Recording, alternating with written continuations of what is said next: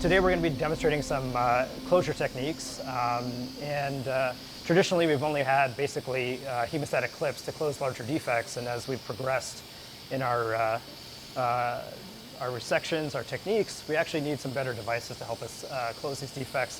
Thankfully, we've had several developments. The first device we're going to talk about is X-Tack by Boston Scientific.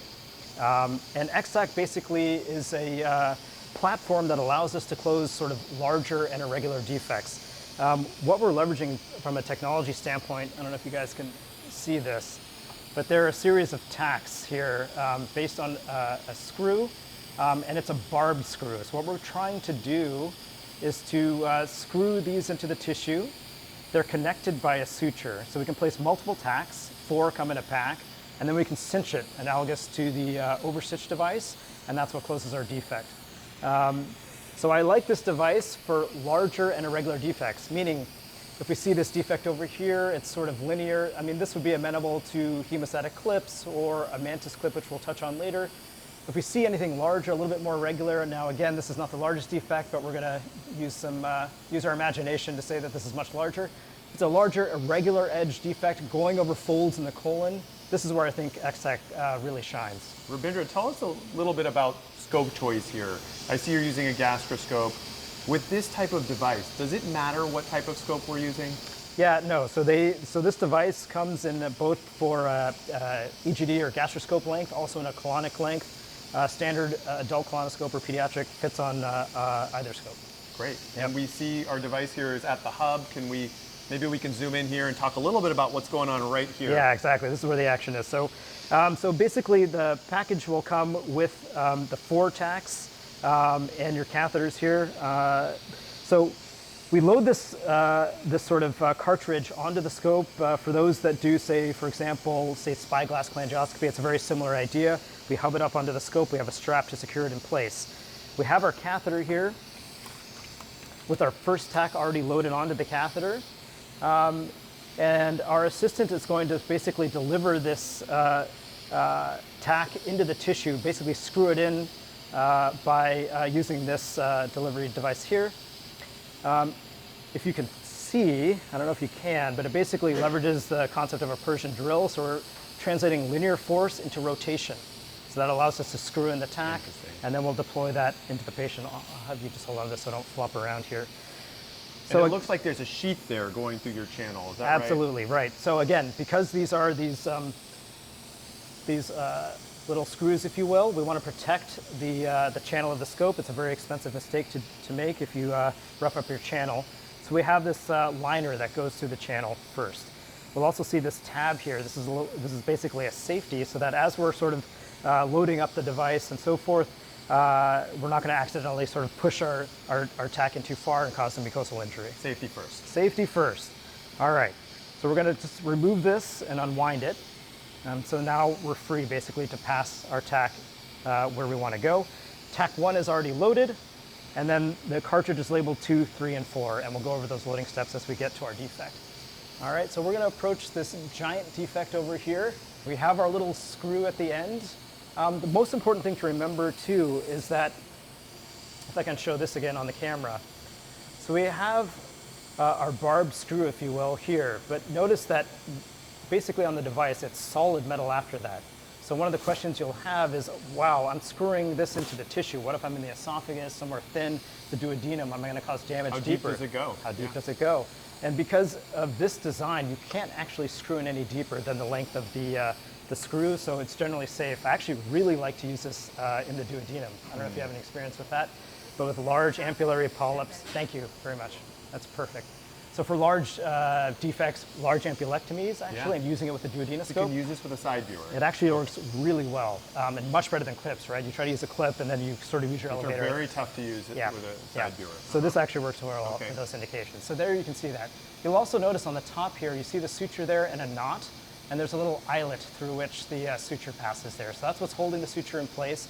And what our goal is, we're going to screw into the tissue around the defect and try and get that eyelet down against the surface of the tissue so that we know we're well sort of screwed into the tissue and have good purchase. And what is your planning, Rabindra, in terms of when you see a defect like this, where are you going to start?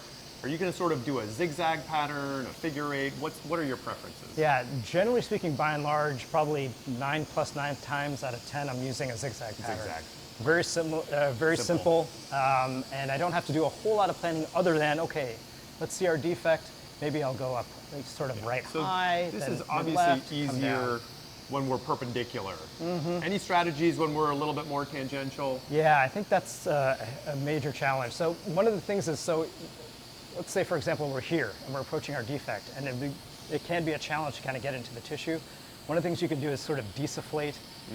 And sometimes, we're very used to operating very close to the tissue when we do anything, especially third space endoscopy and so forth. But when we're doing this closure device, we can actually operate pretty far away. So if you had to say we were up against it here and we wanted to push away and get more en face, perpendicular to the tissue, we can pull back away and kind of approach it like that. So that's another way we can get more perpendicular.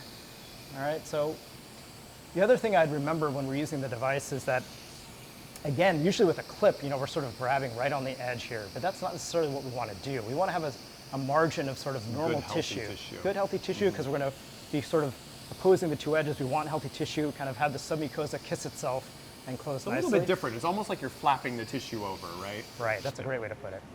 So I know we have a couple other devices to get to, so All right, let's we're get gonna some go. screws in there. We're going to start screwing here. So again, I'm pretty far away just because of this pig stomach anatomy, but let's see how this goes. Again, we can operate from a distance.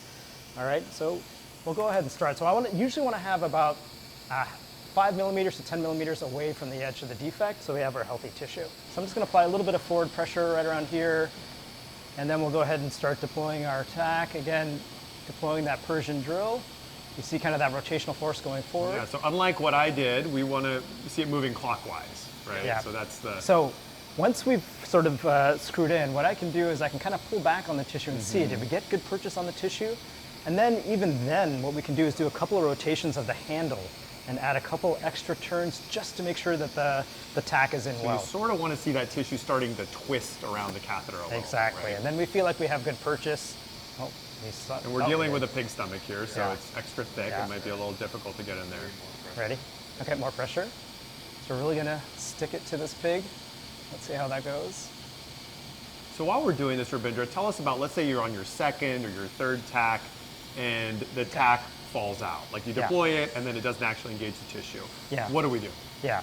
So that actually does happen, especially if you're in a challenging anatomy and things aren't lining up for you.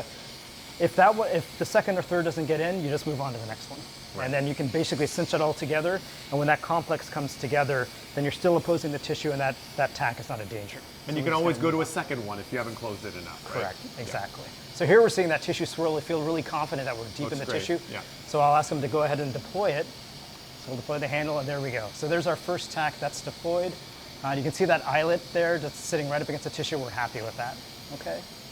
So then we're gonna pull our catheter out, and we're gonna load our next tack. So we have our first tack in, we're gonna place our second. Again, we see our eyelet there. We're gonna drag across in our zigzag pattern, leave a little bit of margin, and I'm gonna travel. So I don't necessarily wanna come up here, because that's not really gonna help us. So I'm gonna travel down through the defect a little bit and zigzag our way through. Why don't we go ahead and screw in there. I also noticed you started really high on the defect, right? Yeah. Otherwise, you get that sort of gap at the top. Yep, exactly. That's a great observation there. Let's see how we're doing this tissue. Let's do a couple extra turns. We want to see that tissue really kind of wrap around our catheter. I'm going to test it here, pull back. See, pig stomach betrayed Yeah, us. some of this is the pig Yeah, stomach. so let's go for ahead sure. again. Yeah, the angles are not good. Okay, let's try that.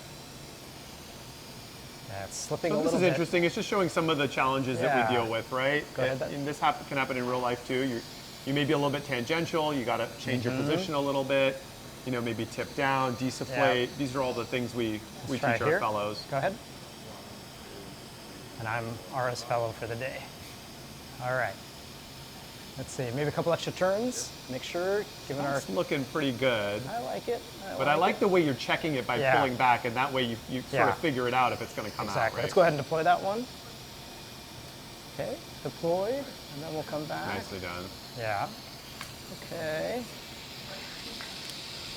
And again, to your point, if you have one of these larger defects, you may need to use multiple X-Tacks Right. Or and potentially. or other devices. So this sort of changes the game in terms of how we approach defect closure, right? Again, we have multiple tools in our Right. toolbox. You can add some clips at the ends, for example, if you have those little gaps. Uh-huh. I also noticed one of the things you do there when you load it, which I like to do as well, Go ahead. is I actually just go ahead and push the catheter all the way through the little plastic. Yep. Right? And, Go ahead and that there. way you avoid that little tip falling off if you're trying to push it in and like Exactly. sort of pull it out. You see I'm adjusting my scope position because we were kind of down here, might be too tangential, so I'm tipping up to try and get on perpendicular to the tissue. And again, you can be a little bit far away when you do this, right? Right. Whatever works. Just utilizing your leverage, basically. So we got a nice swirl. Let's go ahead and deploy that one. Okay, so we're coming along here. And then sometimes what happens that we're seeing here is when you pull your catheter out, it sort of starts to put some tension on that tissue, right? Yep. Anything you do about that, or is that okay? Generally speaking, it's okay. I wouldn't worry unless you have a superficial tack at some point. It may end up pulling it out Pulling from it the off. tissue.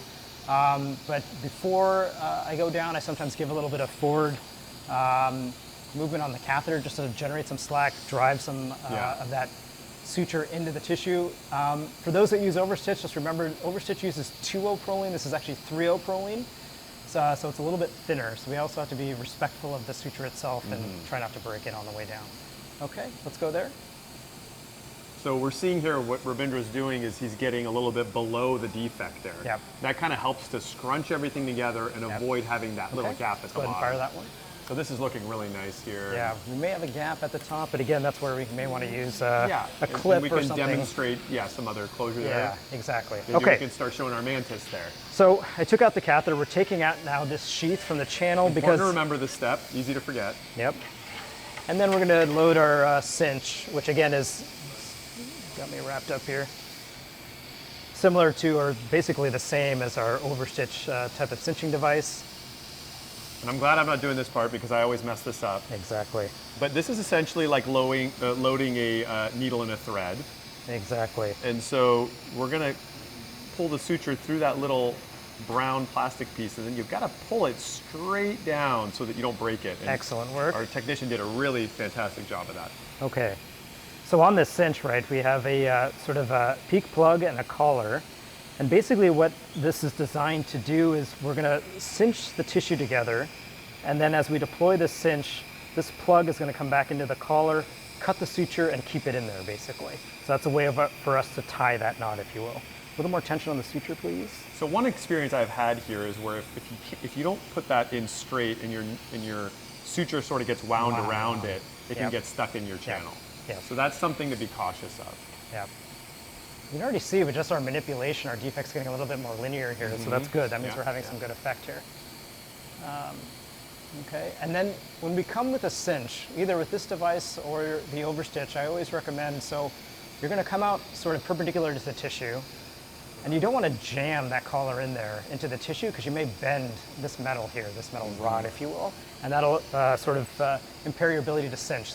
So I use the analogy, it's like landing a helicopter. You kind of want to land the cinch onto the tissue, sort of gently like this. And then if I fear that I'm going to bend that metal, then we can just start pulling on the Yeah. suture. And that sort of brings our defect together like that.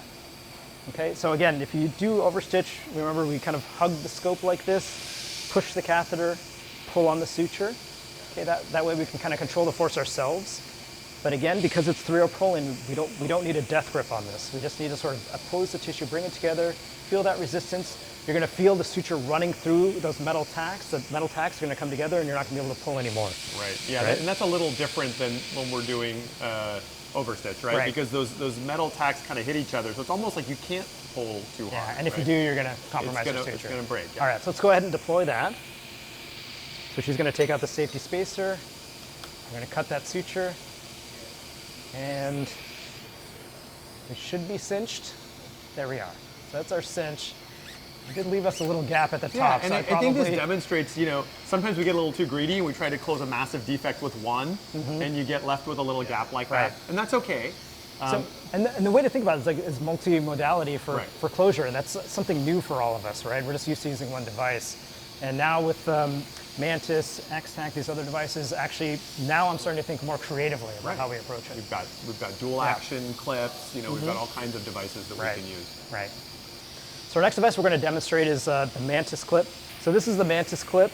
So basically, it looks similar to our standard hemostatic clips, but you'll notice they almost have these sort of fangs on them. I call them like viper fangs to kind of dig into the tissue.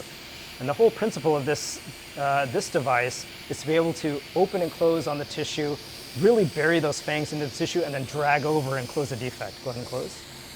So, so with this device, again, I'm using it for larger defects than, say, what my standard, say, 15 or 16 kind of clip can close. What about yourself? Are you using anything? Yeah, well, particular? sometimes we'll use these to, it's a little bit of a different technique, right? So if you have a large defect, instead of doing a zipper and starting from the bottom like we would traditionally, you can grab actually the center of the clip, which maybe you can, center of the defect, which you could demonstrate for us and kind of do like a grab and drag over pull, type maneuver. So again, these defects are a little modest, but I think the idea is to demonstrate the technique. Maybe this one's probably, that one yeah, right this there is is a really good amenable position. for us, yeah. So again, so the idea is to, and again, these are fully rotatable. I can control the rotation myself. And the idea again is to grab one side of the defect, get those teeth into the defect, and then pull it over to the other side. And as Ara said, it's an excellent point. We can start in the middle, almost create like a bow tie, and get those edges to oppose in the middle, and then it makes it easier to use your standard clips to close your layer defect. Right. All right, so let's see if we can get this to grab that tissue. And we there. often see with regular ahead and clips when open. you come back, they've fallen off generally. Right. With these, any issues? I mean, do they generally fall off? Are they hard to Yeah. remove if you need to remove them? Yeah, no, I haven't had any major issues with them sort of misbehaving. Go ahead and close here. I don't know if I missed it. Kind of missed the edge there. Open again. Can't really suction either. Let's Yeah, try so that. this Go is ahead and kind of close. like real life. We get into positions where it's tough to Yeah. close the clip, and we see Rabindra using some suction there, and these are Yeah. kind of our real life tricks. Exactly. for Go ahead and closing open again. defects. I want to demonstrate kind of grabbing this side first Yeah. because I think this is the right way to approach such defects. Let's see if I can maneuver myself. I agree, and I generally try ahead to and grab close. the more difficult side first. I think you did a really nice job there. Yeah. So basically, I'm grabbing the proximal side because what I want to do is when I open the clip, right, one of the fears is, okay, once you open it, then you're going to drop the tissue. So if Right. I can grab the proximal edge and then drive more distally from me, then maybe we can hold on to the tissue there. So essentially, you're getting it in position first, and then you're opening the clip. Correct. Yeah. Okay, so let's go ahead and open here. So you see how the right side sort of has maintained its purchase into the tissue, right? It's really dug in there, so that's really nice. Yeah. Makes it so much easier for us. And then we can kind of reach over. And again, this is a smaller defect, but for larger defects, it really comes in handy because you can come all the way over here. Look at that tension Yeah. you can Yeah, create. let's just demonstrate Let's just that. do That's that. Yeah, great. that's great. Yeah. Okay. And I think a little suction often can Yeah. help here. Although our suction is betraying us also, but let's see if we can close Yeah. it there. Yeah, that's really nice. very So see how- strong closure. Yeah, so go ahead and deploy that, right? So again, when we're using the Mantis clip, sorry. To Ara's point, I think the best approach is to do that. So when you have a larger defect, sort of approach the middle, get the edges together so you can get a more linear defect, and then deploy your hemostatic clips. Well done. Well done. All right, so the last thing we'll talk about is Puristat by 3D Matrix.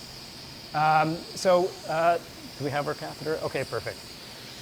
So Puristat is a 16 amino acid sequence peptide gel in a proprietary formulation that provides sort of a barrier over the defect and also promotes wound healing. This has been demonstrated really well outside of the GI tract. So in neurosurgery, ENT in particular, these areas we've seen that there's good evidence to support both in animal studies and also in human studies that it promotes sort of tissue healing and may provide some adjunctive hemostatic effect as well.